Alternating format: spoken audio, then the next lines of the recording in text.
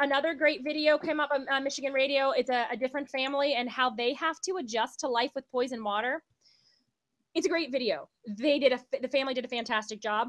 But again, this is 2015. Why do we have to make these changes? They have to change what they eat.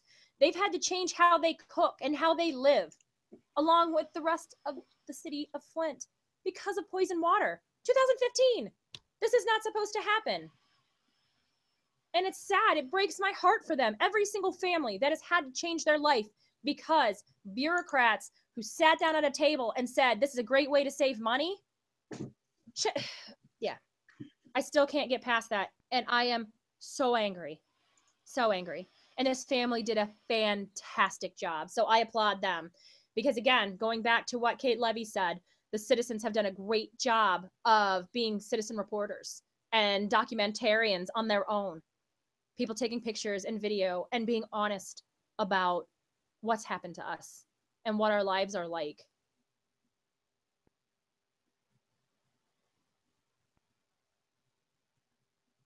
And it breaks my heart. It does. And I appreciate Michigan Radio for putting this out, for having them do this. Their eldest daughter wants to leave. Yeah. But they can't. Just like you can't. Just like a lot of families can't leave Flint. Everybody asked that question. Why, all the reporters, why don't you just leave? First of all, economically, 6 years into a mortgage, my kids go to good schools. We can't, I wouldn't be able to sell my house if I wanted to. You can't sell your house with a known copper and lead problem. And I don't have the money to replace my service line, my indoor plumbing, and my water heater yet again. So I cannot sell my house. Nor would I want to. I don't want to sell a poison water house to somebody. I don't want to give them what we've been suffering through. And on the other part of it, the angry part of me says, why should I have to? I didn't do this. I didn't choose to poison 100,000 people. Why do I have to move because they screwed up and won't fix up their mess? So, yeah, I mean, again, if I could, I know that we would. I know that we would find a safer place to live. And I'm not even talking about the violence. I'm talking about the water. That's what's messed up. You know, everybody talks about Flint being a violent city. It's not even that anymore. It's a poisoned city. And we're continuing to be poisoned. It's not stopped. And on the other hand, I love it here. My bands, I love the bands I work with. I love the machine shop. I love my job. You know, this is our life. This isn't just a place where we reside. Our whole life is here in Flint. So again, why should we have to change everything that we know and love? Because bureaucrats won't get off their rear ends and fix what they screwed up. We didn't do it. They did it. So yeah. So their story breaks my heart, and it's so common now. And that's what's bad. People who get together in Flint, they don't talk about what's happening now and, you know, what's fun and what things to go do and what they're going to do on vacation. Everybody talks about the water. Everybody's talking about their bones hurting. They're talking about their kids fumbling. They're talking about the brain fog, the cramps, the seizures, the medications we're on. That's a big, huge thing. We all talk about our medications. And we talk about what's not being done for us. And that's, I don't know how to put words to it. I can't. And as much as I talk, you know that I talk, it's surreal. It's not even a life. We feel like we're in prison and we're being poisoned and we're paying the highest rates for our poison. They're sending shut-off notices for people who can't afford to pay for poison. They won't stop kicking us. So for them to tell their personal story and to let people in on their life, congratulations to them. They are brave and I applaud them and I respect them so much for that. So, the reporter's notebook. State officials still in denial or misinformed. What's the number? It's right above that one. It's 30. Oh no, 30. Yeah, 34. 34. Got it. Okay. So that's been another issue, is that somehow our state officials still don't know what's going on. Again, Brad Werfel did a job as press secretary of lying to us and covering it up, lying to everyone. You know, it's amazing just how many lies. And we still have people that ask, what's going on in Flint? What do you mean poisoned water? So for the fact that there are still so many people that don't know the story, or that argue. Like, it shows, if you scroll down, it talks about the governor's press secretary, Dave Murray, calling Michigan radio and saying that these things aren't accurate. Kurt Goyette was awesome with turning their narrative upside down. The fact that they kept saying that Detroit kicked us off, that Flint had no other options but to take water from the river. That's not true. The city of Flint cut ties. Detroit gave us an extra year and made multiple offers. Lower the rates, no rate increases for 30 some years. Just amazing offers that us as citizens would say, yes, let us keep our clean water. I would like to go back to when I paid $80 a month for water instead of $300 for poison. You know, I mean, just, it blows my mind that they're still towing that line, that we had no other options. And the fact that, we did what we could. We didn't have any choice. So the Detroit Water Authority said that they would reduce your water rates? Yes. I think it was April 22nd of 2014, Sue McCormick sent another offer saying that we'll lower the rate, we'll lock you in, we won't raise your rates to keep our revenue. Because another big picture issue is that when Detroit lost our $15 million a year revenue or so, that hurt them. That's a huge chunk. We were their biggest customer. So you know who's paying for that now? The citizens of Detroit. They are paying enormous bills. And so now there's massive shutoffs because they can't afford it. So what ended up happening by this decision being made by our governor is that there are people moving out of Detroit who can't afford it. There are people trying to survive without water and getting sick and dying, by the way, because they do not have access to water. And then the people in Flint are also getting sick and possibly dying because we have poison water. So this one decision took out two major cities, because they wanted to save money. And also, a little side note, there still is no proof that any money was saved. Bob Bocock asked in February to see the costs of treating and supplying the water in Flint. Still hasn't received it because they won't give it to him. I don't think they know.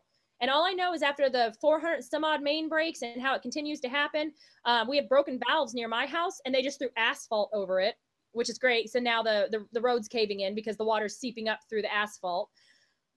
So, and the fact that our infrastructure is valued at over $1 billion to repair, I'm pretty sure the $2 million they thought they were going to save, I think that's gone, obviously. And the fact that the citizens here went from paying $80 a month and fully using our water to $300 a month and still having to buy bottled water on top of that and filters. I mean, so what do you use your water for? Our water is used for our laundry, which ends up making it stink, and our dishwasher, which I chase my kids out of the kitchen when there's steam. Yeah, that's about it. Flush the toilet. The quick showers, flush the toilet, which whatever they're doing to the water now with adding those additional phosphates, which, oh my God, that's all we need is more chemicals in the water. I think they're adding more chlorine on top of it because phosphates can grow bacteria. They can feed bacteria. Because there's several people that have called me and bottled their water because their water burns their eyes again. The chlorine smell is so high. And I flushed the upstairs toilet yesterday, and the whole bathroom filled with chlorine smell. It just burned my eyes. So once again, highly caustic water continuing to tear up our pipes because of what they're throwing in there now. And the thing is our mayor had asked them, what are the side effects of adding these additional phosphates? Have you even researched it? Nope. No answer. So again, let's wing it. Let's wait and see. That seems to be the theme here. Let's wait and see how bad it'll be. Great. So now we got to deal with high chlorine again. And isn't the water agency under the mayor's control? Sort of. She still has to answer through Natasha Henderson. and that's our city administrator. So when she's asking questions, she's running into interference. She's supposed to be working with the mayor, but there seems to be issues with that. So the mayor wants to know some answers, and they're not giving it. I mean, again, there was a technical advisory board meeting that was supposed to be scheduled for December 9th that Mike Glasgow, the utilities administrator, canceled. And we had people coming in from the EPA. They had travel arrangements to come in, and he just canceled it. And he said, well, we put in the phosphates, so we'll see how it is in the beginning of next year. So no, I mean, they're pretty much just running on their own. And actually, Natasha Henderson kind of acts like she is the new director of public works since ours stepped down. So again, our mayor's trying. She's trying, but she's hitting resistance around every corner. And still no answers on the additional phosphates. So I guess that's up to the citizens to do the research, because they're not going to tell us. So yeah, so we've been feeding as much information to the mayor as we can pull up. You know, we're doing everything we can to help her and support her, because she's the only one, you know, aside from Eric Mays, of course, who is standing up in that city hall, who's standing up for us.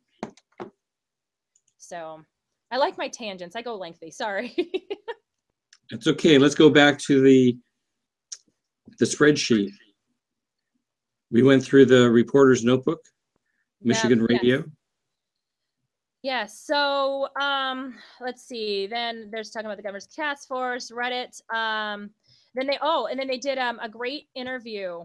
Reddit did, when they talked about the Flint water study, which is our great friends in Virginia Tech, which is Sid and Anyarong, and their website has been so helpful. I tell people to go check it out when they want to see the facts, because they post everything. And for them to take so much time, again, they're volunteering their time to cover what's going on here, and not just interviews, but they follow all the media. They post everything to keep people updated. I think it's amazing. It's been a huge thing to have such amazing people behind us who are giving their time. You know, and that's the thing, is like, that's the, when will we be able to say the Flint water is safe to drink again and lift the water emergency? And we don't know. And again, when we have scientists saying that the MDEQ's level of safe would not be their level of safe, come on. You listen to the experts, listen to the civil and environmental engineers who will tell you it's not safe. You know, and I think that's all that the state's trying to do, is push us through this emergency, push us through this crisis, so they don't have to declare an emergency, and they can go back to business as usual, poisoning us, or saying it's safe. And I'm pretty certain that the people of Flint are not going to believe a word that the MDEQ says. So, Detroit Free Press. When did the state know that the kids in Flint were lead poisoned? I do know for a fact that in April 2nd, when Leanne got the blood test results for her son, that she contacted the state, she contacted the city, went to City Hall, and made it very clear. I did the same in April when I found out the results of my son's blood work. So we made it very clear. And the worst part is they continue to say, we didn't know. Well, guess what? The Department of Health and Human Services and the County Health Department had the information in front of them. Nobody bothered to look at it until Dr. Hannah Atisha. And that's pathetic. That's pathetic. So again, they're questioning when the state knew about the lead. 2014 is when the lead started to spike.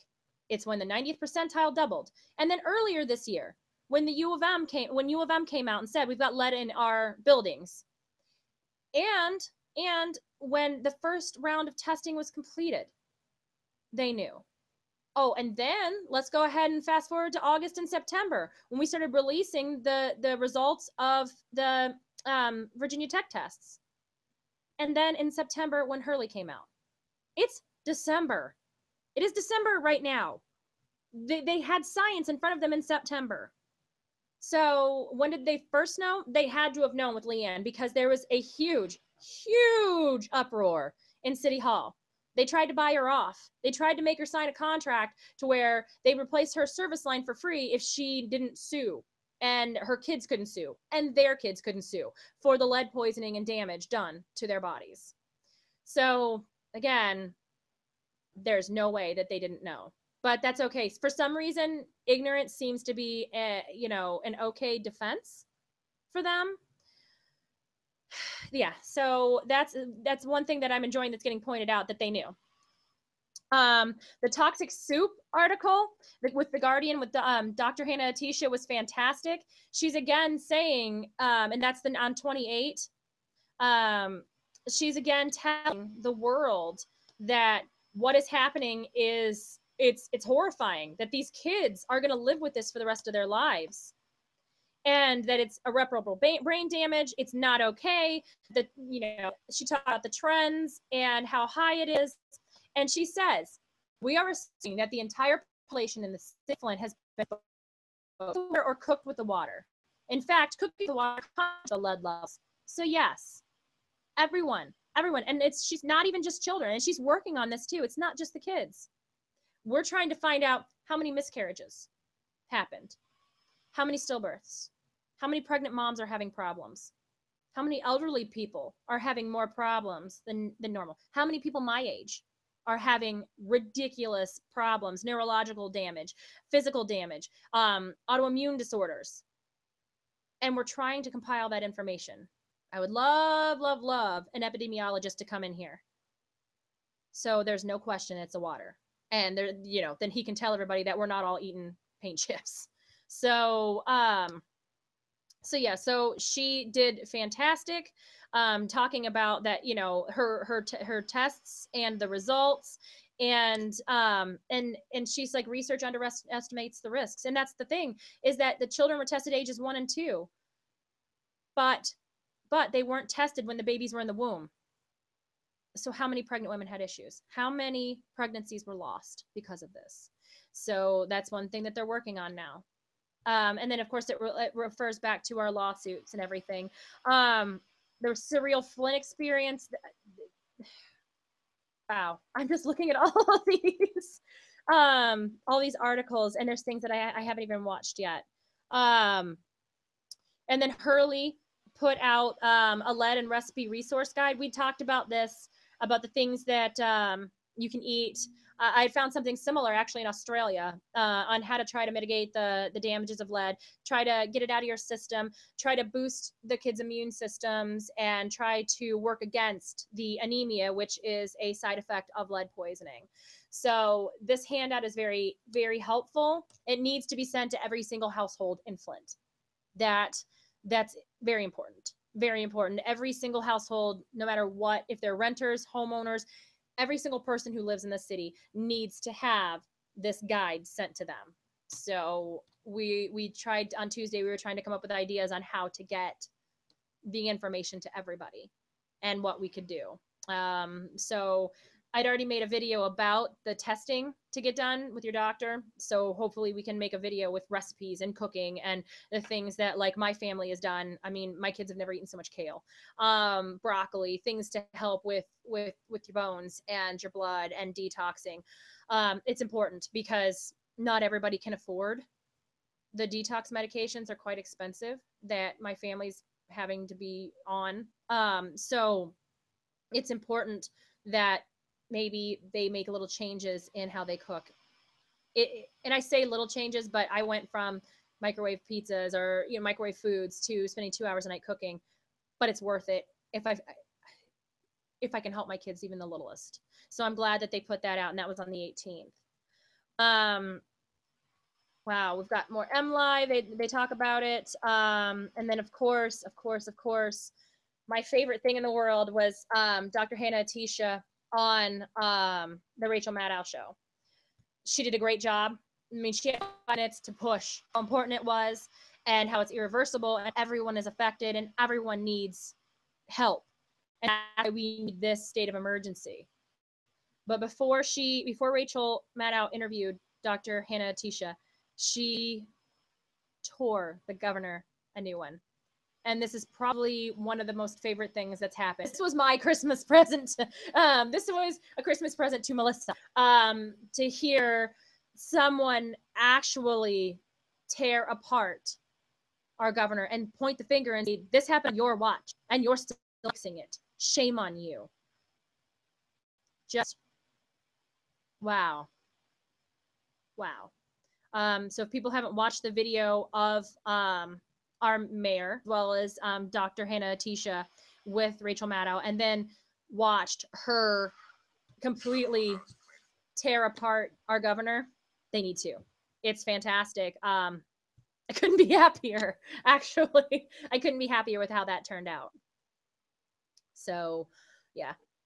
She said the Flint toxic water tragedy points directly to Michigan Governor Snyder. And we've shared it so much on Facebook and Twitter that it shows trending as Rachel Maddow. So I'm like, thumbs up. Good job, citizens. Once again, spreading the word like we have been. So keep it up. Keep sharing it. Send it to everybody you know. Tag everybody you know in it. And it's quite enjoyable to watch. She visibly gets upset about this, which I think is fantastic. It shows that this is such a horrifying story. But she lays it out pretty clear. If you like the show or not, if you like her or not, doesn't matter. She's speaking the truth. So thank you. Thank you very much for, grabbing a hold of this story like you did. So that was one of my favorite things. And it was good to see the Legislative Black Caucus behind us. News One Now and Al Jazeera have covered. They interviewed my friend Rhonda Kelso and then Leanne Walters, and Mark Edwards talked to News One Now, talking about how this has been going on for 20 months, and it shouldn't be. So again, there's so many parts to this story: the lack of democracy, the ineptitude of the people in charge, the lies, the cover-ups, the deceptions. It's the health problems, the high bills, the lack of a voice, the emergency management situation. There's so many parts to this story that it takes all of these different articles to get it out, and it still doesn't cover everything. I sat down with a reporter from NPR, and I told them, well, here's what we've been through. And it was hours later, like today. There's so much to cover, and there's so much to know that it's going to take several media outlets, several different interviews across the board to try to get a complete picture of what's happened to us, what is continuing to happen, what needs to happen, and what can happen to other people. So yeah, that's a big thing right there, is that we need all the media attention and help we can get. People need to learn themselves to stop and fight. Because again, I tell people, it can happen anywhere, and it already is. So, and I'm not, trying to make this, over dramatic. It's just the way that it is. So, also the article on number 16 that, at number 17, which on the sheet that talks about the Emergency Operations Center. I think that this is important to cover because this is something totally different. This is something the city has not seen before. Again, the plans are put in place 2 months ago. People need to be able to pick up water and water filters, and then they a central place to call and get information. No more calling the water plant or the MDEQ. There needs to be a central place where people can get help and get answers. So right now it's the fire station number 1, 310 East 5th Street downtown. And again, I'm sure this is going to expand over time. So this is one of the procedures that needed to happen for this whole state of emergency. Our mayor is following the procedures step by step to make sure that it is accurate. So that's very important for people to know. Let's see, Fox News, doctor thought polluted Flint water was worse for children than actually originally thought. Well, of course. Of course. It's way worse than any of us thought. Again, when we first talked about doing the Virginia Tech tests as a group, we knew it would be not good. We would find some things. Never did we imagine how high these levels would be and how consistent it would be across the city. So I'm certain that with the Fox News Health, when we talked to Dr. Hannah Atisha, I don't think she expected to pull the numbers she pulled. I don't think she expected to find what she found either, but she did. And again, this is important for people to see, that we weren't going into any of this looking for giant numbers to make this huge media splash and huge emergency. No, we were looking for answers, but got way more than we all bargained for. And it's a lot scarier and a lot more heartbreaking than we originally thought. So that was a good one. And then a big splash right now is the Genesee County chairman, after saying that he didn't think that there was a reason for a declaration of emergency. On the 18th, I think, 4 days later, he decided that I can go ahead and send it up to the governor after people kind of ripped him apart. Instead of putting off the meeting until January 4th, because, you know, it's an emergency, hence the word emergency, the Genesee County chairman said he can the governor, and that's where it's going now. And we need the governor to back the declaration and send it on to the White House so we can get federal help. And then, of course, next is Michael Moore had put out 2 tweets now, and of course, it's hitting all over the place. He tweeted the Rachel Maddow interview and her rant, basically. And it'd be great. It would be great if you could step in and help, because we've been screaming for help since January. Well, since before January, but you know, my group, me personally, we've been screaming for help since January. We've said, hey, your city's being poisoned. Help. So I hope that something comes at it, and he brings his cameras in. Again, like Michael Moore or not, he can really bring a lot of exposure to this issue. And that's what we need right now, to show the world that we need help, and we're not just a bunch of poor people wanting a handout. No, we're a bunch of regular people who got poisoned, and we need medical help, and we need the poisoning to stop. So there's a lot of misconceptions about Flint. So possibly if he can come shed a positive light on the people who actually do live here, and the people who actually are suffering, like my family, and the McIntyre family, and the Kelso family, and the Pembertons, perhaps things can change. So that's my hope there. Naive or not, yes. So thank you. We're starting to see people, Mark Ruffalo actually tweeted about it, and I thought that was awesome. And yeah, so it's good to see that people who are of a famous status, I guess, retweeting about little old Flint, but we need help. So there's that. There's more cover by Al Jazeera's, whose fault is it? Who's responsible for poisoning? It boils down to the governor's office. That's just the way it is. So more reposts about Rachel Maddow.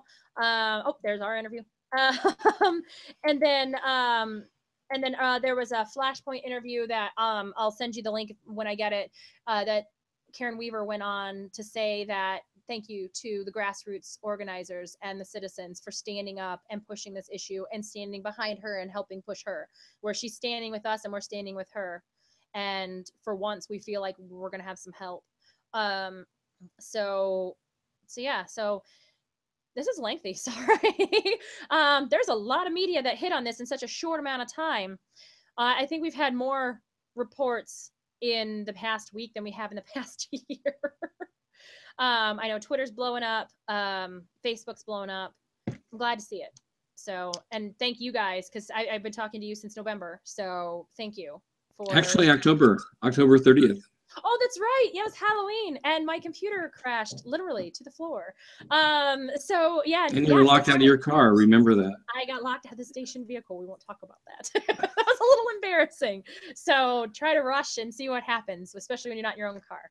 But so since October, thank you guys. You picked us from across the country, and you've been interviewing all of the people who are involved here and getting so many great answers and interviews. So I really appreciate you guys for letting us, talk your ears off for long amounts of time about what has happened to us, and there's so many facets. Again, you've talked to Lena, you've talked to Kate, you've talked to Kurt, you've talked to Leanne, you've talked to, I think you've talked to Dr. Mona, I believe. We're going to talk to Dr. Mona, hopefully. And also Eric Mays, Bob Bopak, yes. And hopefully we're going to get Virginia Tech the plumbing professor, Yes. Mark Edwards, back on. That would be great. Mark and Sid are phenomenal. Yeah, Sid, we had Sid on. Yes. So we're just trying to get all the water warriors out there that aren't getting as big a spotlight as some to share their stories, because I think their stories are very important. I appreciate that because, you know, again, especially from the citizen standpoint, you know, we've been working on this for so long and it is exhausting. It does take up so much of my life. Do you sleep? Not much. Not much. Sometimes because I'm angry, sometimes because I'm on the phone, sometimes because I'm talking to a resident who just got devastating medical news. Sometimes because I'm giving advice what to do with kids. Well, you've got a family too, and you've got a job. I have a full-time job. I have a family. I still throw concerts, and we did a Toys for Tots bash. I manage 4 bands. Indie Grace, which is my promotions company, is still my heart. I've used it a few times to help with the water. We've done water shows. We've done water drives. Yeah, and I myself am sick. So it is exhausting, but there's no way that I would even consider stopping. Actually, one of the reporters, and I cannot remember which one, asked me, why are you helping so many other people when you can just stop and just focus on helping your family? And it's a good question. It's a good question because my family needs help, but so do thousands of others. And if what I've gone through and what we're going through can help them a little bit, then I'll do it because. Well, doesn't it get back to it takes a village? Yeah. Yeah, it does. But isn't that what Dr. Mona is really out there trying to talk about? That she isn't the superhero, that there are a number of superheroes in this community that deserve as much recognition as she's getting. I mean, she did play a viable part. She does deserve all the awards and all the attention, but there are other superheroes within the community as well. Yeah. And they are in the community and they're regular people.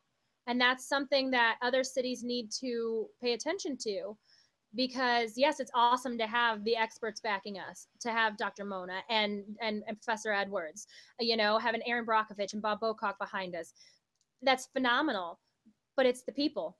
It's the people who live here that are standing up and fighting that's made this happen. And they can make them happen where it takes just regular people who are fed up and who are willing to donate so much of their time and money and blood, sweat, tears to make a change for themselves, their families, and everyone around them. But it can be done. It has been done. And hopefully people will be inspired by what we've been able to do so far here. And hopefully the story continues in such a positive manner that we do make major changes. You know? So what's up next week? What's on your schedule? I believe there's Christmas in there, which I have not shopped for. I am a terrible person. I forgot to buy a turkey for Thanksgiving, so we had ham. So Melissa's getting a little behind on the everyday responsibilities. I work Monday, Tuesday, Wednesday. We're having a meeting this week, Monday night, trying to unite all the people that are standing up in Flint to hit one direction, because what we need to do is flood the governor's office. I am going to talk more with Lena from Food and Water Watch about doing a giant petition like they've done for us before to petition the governor's office and the White House to declare this a federal state of emergency, a man-made disaster, to get us help. But that's the biggest focus right now, is pushing that. Once we get that, then we can start getting people help. So there's more of that. There's more interviews. There's a new year coming up. Do you have a New Year's resolution? Personally, I'd like to get more sleep. But I guess my resolution is to not let negativity get to me, to not let the naysayers get to me, and to keep pushing ahead with full force. For everyone in Flint to stand up for themselves and each other, and for us as 100,000 people to push forward and to make this change for not just us, but for everyone, to push the EPA to do the right thing, to push the governor to do the right thing. That's what I want for 2016. I want to see all of this stopped, and I want to see positive, actual change put into place. And it has to fall on us because we can't expect our elected officials to do so. Except and Eric Mays. Okay, so I'm trying to keep this under 2 hours. We're getting close to the 2 hour point. Wow. So, any closing comments? Any words of wisdom that you would like to leave us with? When you know something's wrong, when you know in your gut it's wrong, it's wrong. Don't let anybody tell you that you're crazy. Do your research, stand up, use your voice, join up with other people, support each other from other cities and states, and you can make a change. And we are going to leave it at that. Thanks so much for tuning in. Check out the text box underneath these videos for links to resources regarding this story, because it is a big story and it is a continuing story, a revolving story. Thanks so much for tuning in. See you later, Melissa. Thank you.